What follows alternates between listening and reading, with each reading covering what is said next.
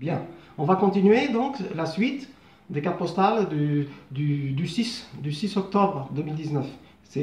On a été coupé, donc c'est la suite. Alors, j'étais en train de parler de cette soirée exceptionnelle du 4 octobre à la salle Poirel de Nancy. Et je voulais, pour finir, pour conclure sur cette soirée exceptionnelle, voilà. Je disais donc qu'il y avait deux messages très importants, très courts, mais très importants de Pedro pendant cette première, que j'ai beaucoup aimé. Je ne vais pas vous dire que j'ai pas aimé, bien sûr, hein, sinon je ne serais pas allé. Alors, il y avait l'autre message de la fin, de la fin du spectacle, de cette première, de carte postale à salle Poirel. Pedro, il a parlé de notre ambassadrice Lina de Souza. À la fin, il a dit un mot très juste. Il a dit un mot très juste que les fans de Linda vont certainement beaucoup apprécier et tous les autres aussi également. C'est que c'est grâce à Linda qu'on a sorti la tête de l'eau dans les années 1978-79 et etc.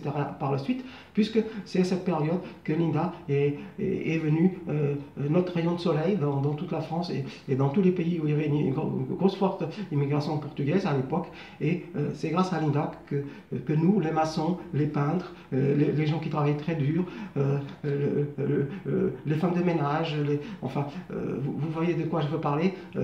On était des inconnus, on était moins que rien, on était respectés, mais c'est parce qu'on était des bosseurs, mais pas parce qu'on avait une culture ou qu'on venait du Portugal, etc.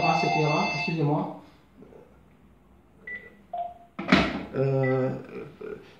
Excusez-moi, il y a le téléphone qui a sonné.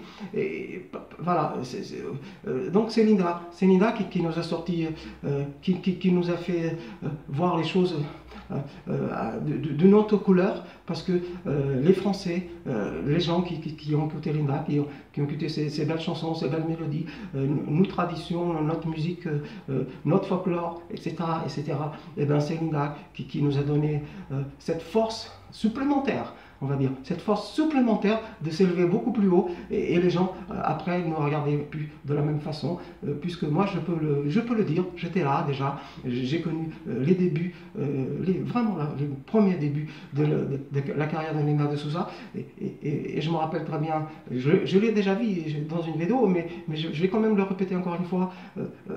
Elle a sorti Portugais en 1978. J'avais pas encore 18 ans, puisque je suis du mois d'octobre, et c'était un tube planétaire, puisqu'elle était écoutée dans le monde entier, parce que dans le monde entier, il y a des Portugais qui travaillent.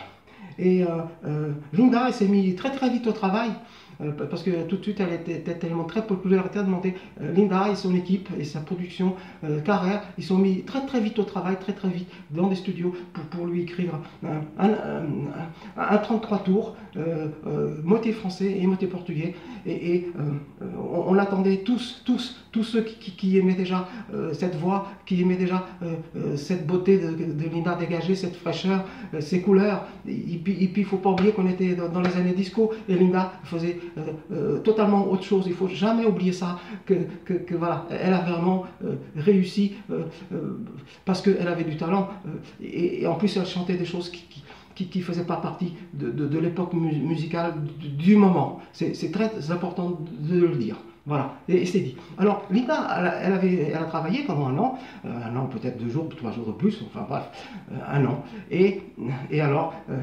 ils ont sorti ce 33 tours, première face en portugais et deuxième face en français, toujours. Linda, elle a toujours fait des choses comme ça pour que tout le monde comprenne ces messages d'amour, de paix, d'espoir, et ces messages aussi de légèreté pour s'amuser, pour faire la fête, etc. Et il y a eu cette merveilleuse chanson, La fille qui pleurait, La fille qui pleurait, ou Mamo Sachulab. Et je peux vous dire, j'étais là, je m'en souviendrai toujours, comme tous les dimanches presque, j'allais avec ma mobilette faire un petit tour au marché à Descartes, dans le 37, parce qu'on n'avait rien à faire le dimanche matin, après la soirée dansante ou le bal populaire, où on allait avec sa mobilette au bal pour écouter les musiques et danser sur le disco, sur Bowie, sur ABBA. Et ça c'est la réalité. C'était magnifique, c'était formidable. Et Linda, croyons, un jour, vous savez que dans les marchés,